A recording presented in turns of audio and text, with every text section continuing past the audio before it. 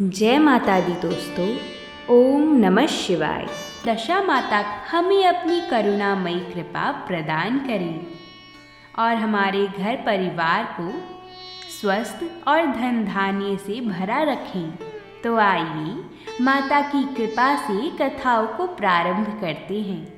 मेरी आपसे एक प्रार्थना है कि आज का दिन बहुत ही महत्वपूर्ण है और आज के दिन दशा माता की कथाओं को सुनना बहुत ही शुभ होता है। किसी भी कथा को बीच में ना छोड़िएगा और कथाओं को पूरा ज़रूर करिएगा। तो प्रेम से बोलिए दशा माता की जय हो। किसी राज्य में राजा नल और रानी दमयंती रहा करती थी। राजा नल अपना साम्राज्य बहुत ही शान से और शांतिपूर्ण तरीके से चला रहे थे। रानी दमयंती भी बहुत सुख से नल के साथ अपना राजसिक जीवन व्यतीत कर रही थी। उनके राज्य में धन धान्य की कोई कमी नहीं थी और जनता भी राजा नल और रानी दमयंती से बहुत खुश थे और उनका बहुत सम्मान करते थे। एक दिन रानी को अपनी किसी दासी से दशा माता की महिमा की जानकारी प्राप्त हुई और उनकी दासी ने रानी दमयंती को दशा माता की महिमा को बखान करते हुए दशा माता की कथा और दशा माता की कहानी सुनाई। रानी दमयंती दशा माता की कथा सुनकर बहुत अधिक प्रभावित हुई और दासी से दशा माता की पूजा व्रत विधि के बारे में पूछती है। दासी रानी दमयंती को दशा माता की पूजा विधि और व्रत के नियम आदि के बारे में पूरी जानकारी दे देती है और उन्हें दशा माता की कथा भी सुनाती है। और दासी कहती है, पूजा के पश्चात आपको प्रतिदिन दशा माता की कहानी को सुनना है, तभी आपकी पूजा सफल होगी। अंततः रानी दमयंती चैत्र मास की कृष्ण पक्ष की दशमी के दिन दशा माता के नाम से कच्चे सूत का डोरा बनाती हैं और उस डोरे को होलिका दहन के दिन अग्नि दिखाकर अपने गले में धारण करके दशा माता की पूजा प्रारंभ करती हैं और प्रतिदिन दशा माता की कथा सुनती और अन्य दासियों को भी दशा माता की कहानी सुनाती। क्योंकि रानी दमयंती दशा माता की पूजा करती थी तो उनके गले में कच्चे सूत की डोरी एक दिन राजा नल ने देख ली और उन्होंने महारानी दमयंती के गले से वह कच्चा सूत जो दशा माता का डोरा था उसको तोड़ दिया, यह कहते हुए कि रानी के गले में मात्र हीरे जवाहरात के आभूषण और गहने ही शोभा देते हैं, कोई साधारण सूत का धागा नहीं। ऐसा कहते हुए राजा नल ने रानी के गले से धागा तोड़ दिया।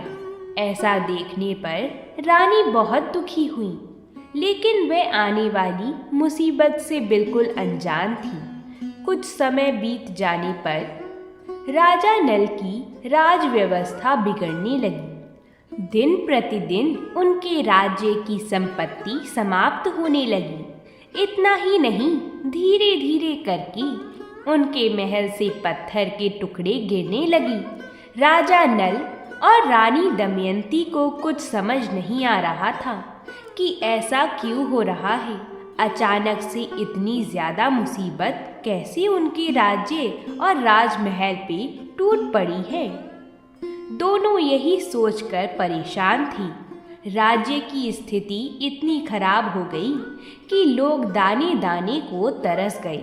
अंततः राजा ने राज्य त्यागने और दूसरे राज्य में जाकर धन कमाने का निश्चय किया और रानी दमयंती को कुछ दिन के लिए उनके मायके जाने को कहा। किंतु रानी दमयंती एक पतिव्रता स्त्री थी, उनके लिए उनका पति ही सब कुछ था। अंततः उन्होंने जाने से मना कर दिया। इस तरह से दोनों अपना राज्य त्याग करके दूसरे राज्य की तरफ रवाना हो गए। राजा रानी भूखे प्यासी दूसरे राज्य की ओर चले जा रहे थे। चलते चलते बहुत समय बीत गया और संध्या भी होने लगी थी, तो उन्होंने विश्राम के लिए पास के ही एक माली के पास गए और उससे रात गुजारने के लिए शरण मांगी। माली का बगीचा बहुत ही सुंदर और हरा भरा था। राजा रानी दोनों माली के सुंदर से बगीचे में पूरी रात विश्राम करते हैं और सुबह जब उनकी नींद खुलती है तो उन्होंने देखा कि पूरा बगीचा बंजर बन गया है। उनको समझ नहीं आ रहा था कि ऐसा कैसे हो सकता है कि एक ही रात में हरा भरा बगीचा बंजर कैसे हो सकता है। तभी वहाँ माली आ जाता है और अपने बंजर बगीचे को देखकर राजा नल और रानी दमयंती को बहुत खरी खोटी सुनाता है और उन्हें वहाँ से जाने को कहता है। अब दोनों सुबह सुबह फिर से अपनी मंजिल की तरफ आगे बढ़ते हैं। आगे जाते जाते उन्हें एक तेलन दिखती है और कड़ी धूप भी थी। अंततः उन्होंने तेलन से उसके यहाँ विश्राम करने के लिए शरण मांगी। तेलन उन्हें अपने यहाँ रुकाने के लिए सहमत हो जाती है और उन्हें शरण दे देती है। तेलन का पूरा घर तेल के डिब्बे से भरा हुआ था, लेकिन जब उसने देखा तो उसका पूरा तेल का डिब्बा खाली हो गया था। उसको समझते देर न लगी कि यह दोनों कोई अभागे हैं। अंततः उन्हें कोसते हुए जाने को कहती है। वह बहुत गुस्सा थी क्योंकि राजा रानी को अपने यहाँ आश्रय देकर उसका बहुत नुकसान हुआ था। थोड़ी ही दूर जाकर वह एक वृक्ष के नीचे विश्राम करने लगते हैं। तभी राजा को याद आया कि उसकी बहन का घर पास में ही है। अंततः राजा ने अपने यहाँ वृक्ष के नीचे होने की खबर अपनी बहन के घर तक पहुँचाई। राजा की बहन दोनों के लिए रोटी और प्याज के टुकड़े अपने एक सेवक के हाथों उन तक पहुँचाती है। राजा रानी रोटी देखकर उसे खाने के बजाय उसे वहीं जमीन में गाड़ देते हैं और आगे बढ़ते हैं। आगे राजा का मित्र मिलता है और वो उनकी यह दुर्दशा देखकर अपने घर ले जाता है और खूब आदर सत्कार करता है। तभी उनके घर में एक मोर आता है और वो घर की खुटी पर लटका हुआ एक स्वर्ण हार निगल लेता है, जिसके बारे में किसी को खबर नहीं होती। तभी राजा के मित्र की पत्नी की नज़र खुटी पर पड़ती है। वहाँ हार ना पाकर अपने पति से कहती है कि कैसे मित्र हैं तुम्हारे, जिन्हें आपने शरण दी उन्हीं के घर चोरी कर ली।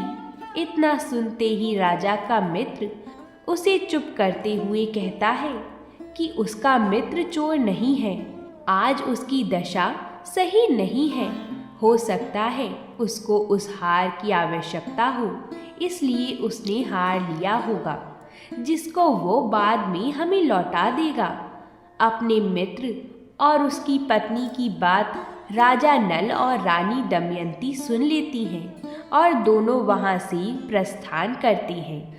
रास्ते में चलते हुए रानी को स्मरण हुआ कि ये सब हो ना हो दशा माता का व्रत भंग होने के कारण ही हो रहा है, और वो राजा से कहती हैं कि हमारी दशा खराब हो गई है, तभी हर कोई हमारा बैरी बन गया है।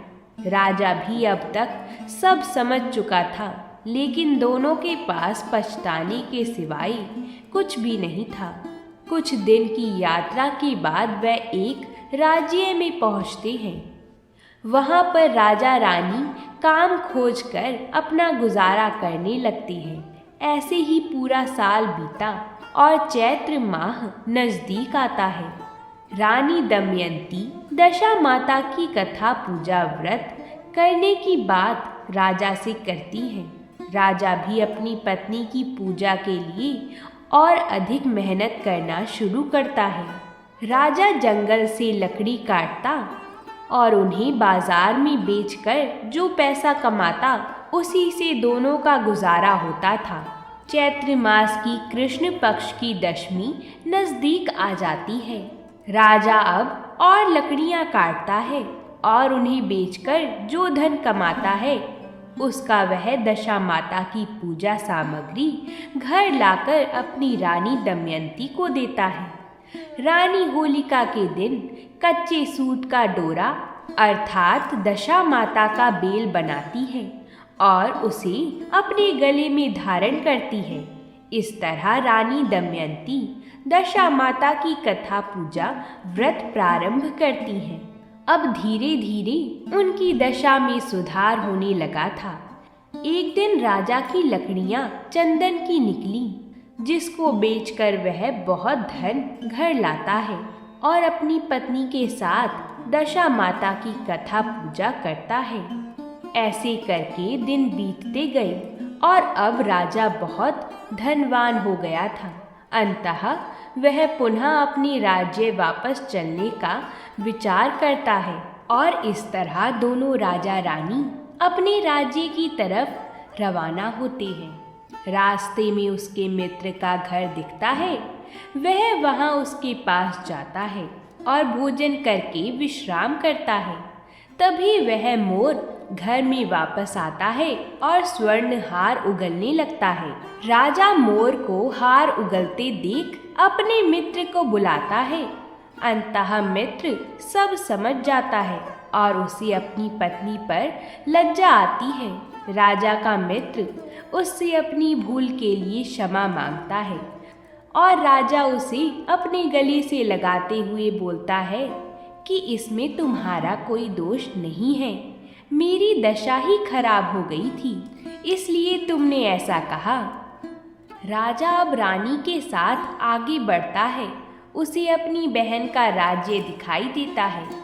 राजा उसी वृक्ष के नीचे जाता है जहां उसकी बहन ने रोटी दी थी, जिसको राजा ने जमीन में गाड़ दिया था। राजा और रानी जब उस स्थान को खोदते हैं तो उन्हें वहां हीरे जवाहरात मिलते हैं। अंततः राजा उनको निकालकर अपनी बहन को दे आता है। बहन को उपहार देने के बाद राजा रानी के साथ अपने राज्य की ओर बढ़ता है। शाम होते होते वह उसी तेलन के पास पहुंचता है और उससे विश्राम करने के लिए मदद मांगता है। क्योंकि बहुत दिन हो गए थे तो तेलन उन्हें पहचान नहीं पाती और उन्हें आश्रय दे देती है। सुबह जब नींद खुली तो वह आश्चर्यचकित हो गई, क्योंकि जिस गोदाम में तेलन ने राजा रानी को विश्राम के लिए रोका था उसमें तेल की खाली टीनें थीं जो अब पूरी भर गई थीं। तब राजा उसे बताता है कि वे दोनों वही अभागी हैं कुछ दिनों पहले जिनके चरण मात्र पड़ने से तुम्हारा गोदाम खाली हो गया था, लेकिन आज दशा माता की महिमा के कारण तुम्हारा गोदाम पुनः पहले जैसा हो गया है। अब राजा पहुंचता है उस बगीचे पर जहां उनके रुकने से पूरा बगीचा बंजर हो गया था, लेकिन राजा के पहुंचते ही माली का बगीचा और भी ज्यादा सुंदर और हरा भरा हो जाता है, जिससे माली राजा की जय जयकार करता है और उन्हें विदा करता है। अब राजा अपने राज्य में प्रवेश करते हैं। राजा नल और रानी दमयंती को देखकर पूरा प्रदेश हर्षोल्लास से भर जाता है। हर तरफ खुशियों का माहौल छा गया। ऐसा प्रतीत हो रहा था जैसे दीपावली हो। राज दरबार के सभी सदस्य और जनता अपने राजा रानी का स्वागत अभिनंदन करती है। इस प्रकार राजा नल के साम्राज्य में पुनः खुशहाली पहले जैसी हो जाती है। रानी दमयंती दशा माता की कथा व्रत करती रही और अपनी पूरी प्रजा को भी दशा माता की कथा और व्रत पूजा का पाठ करने को कहती। तो बोलिए दशा माता की जय हो। आइए अब हम सभी श्री गणेश जी महाराज की कथा सुनते हैं। एक नगर में दो देवरानी और जेठानी रहा करती थीं। देवरानी के पास बहुत धन था, लेकिन जेठानी गरीब थी। जेठानी गणेश जी की बहुत आराधना करती थी। वह अपनी देवरानी के घर आटा पीसने जाती थी। जिस कपड़े से वह आटा छानती थी, उस कपड़े को घर लाकर पानी में घोलकर अपने पति को पिला देती थी। एक दिन देवरानी के लड़के ने देख लिया और अपनी माँ से बोला कि माँ, ताई यहाँ से आटे का कपड़ा ले जाकर ताऊ जी को घोलकर पिला देती हैं। देवरानी बात सुनकर बहुत गुस्सा हुई और जेठानी को बोली कि मेरे घर से आटा छानने के बाद कपड़ा यहीं पर रखकर हाथ धोकर जाया करो। वह ऐसा ही करने लगी, लेकिन जब वह घर जाती तो उसका पति बोलता कि मुझे आटा घोल कर दे। जेठानी ने बोला कि आज उसने आटा छानने का कपड़ा रख लिया है। तब उसका पति गुस्से में आकर उसको मारने लगा। उस रात वह दर्द में गणेश जी करती सो गई। गणेश जी आए और उन्होंने पूछा कि क्यों सो रही है। वह बोली कि मेरी देवरानी के आटा छानने वाला कपड़ा मैं लाकर पति को घोलकर पिला देती थी। आज उसने कपड़ा रख लिया, मैं पिला नहीं सकी, इसलिए मेरे पति ने मुझे मारा है। गणेश जी ने कहा, मैं घर घर से तिलकूट खाकर आया हूँ, इसलिए मुझे शौच जाना है। कहाँ पर जाऊँ? उसने कहा कि महाराज, बहुत जगह पड़ी है, कहीं पर भी चले जाओ। गणेश जी शौच करके वहाँ से चले गए। थोड़ी देर बाद जब उसने उठकर देखा कि सारा घर तो हीरो से जगमगा रहा है, वह धन को इकट्ठा करने लगी तो देवरानी के घर जाने में देर हो गई। देवरानी ने लड़के को भेजा कि देखकर आओ, आज ताई क्यों नहीं आई। लड़के ने आकर देखा कि ताई के घर में तो बहुत सारा धन हो रहा है। उसने जल्दी से जाकर अपनी माँ को बताया। देवरानी दौड़ती दौड़ती आई और पूछा कि तेरे यहाँ इतना धन कहाँ से आया। तब जेठानी ने सारी बात बता दी। इतनी सुनकर देवरानी घर पर आई और अपने पति से बोली कि मुझे भी लकड़ी से मारो। जेठानी के पति ने उसे लकड़ी से मारा था, उसके घर बहुत धन हो गया है। उसका पति बोला कि तू धन की भूखी क्यों मार खाती है, लेकिन वह नहीं मानी। उसके पति ने उसे खूब मारा। वह सारा मकान खाली करके गणेश जी का नाम लेकर सो गई। गणेश जी आए और बोले कि मैं घर घर से तिलकूट खाकर आया हूँ, इसलिए मुझे शौच जाना है, कहाँ पर जाऊँ। तब वह बोली कि महाराज, मेरे तो बहुत बड़ा मकान है, कहीं पर भी चले जाओ। गणेश जी शौच करके वहाँ से अंतर्ध्यान हो गए। थोड़ी देर बाद वह उठकर देखती है तो उसने देखा कि घर में बहुत सारा कूड़ा कचरा रखा हुआ है। यह देखकर वह बोली कि महाराज, आपने तो मेरे साथ कपट किया है। जेठानी को तो इतना सारा धन दिया और मुझे कूड़ा करकट दिया है। गणेश जी वहाँ आए और बोले कि तू धन की भूखी मार खाई और वह धर्म की भूखी। देवरानी बोली कि महाराज, यह सब कूड़ा कचरा समेटो, मुझे तो धन नहीं चाहिए।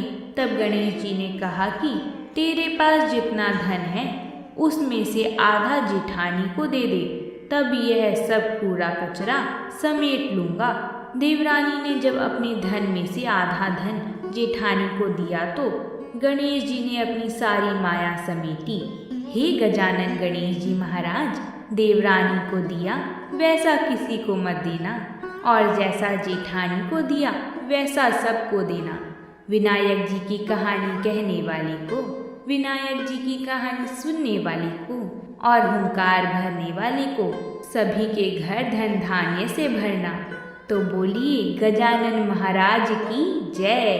अगर आप सभी को ये कथा पसंद आई है तो वीडियो को लाइक और चैनल को सब्सक्राइब जरूर करें और कमेंट बॉक्स में दशा माता की जय जरूर लिखिएगा। प्रेम से बोलिए दशा माता की जय हो।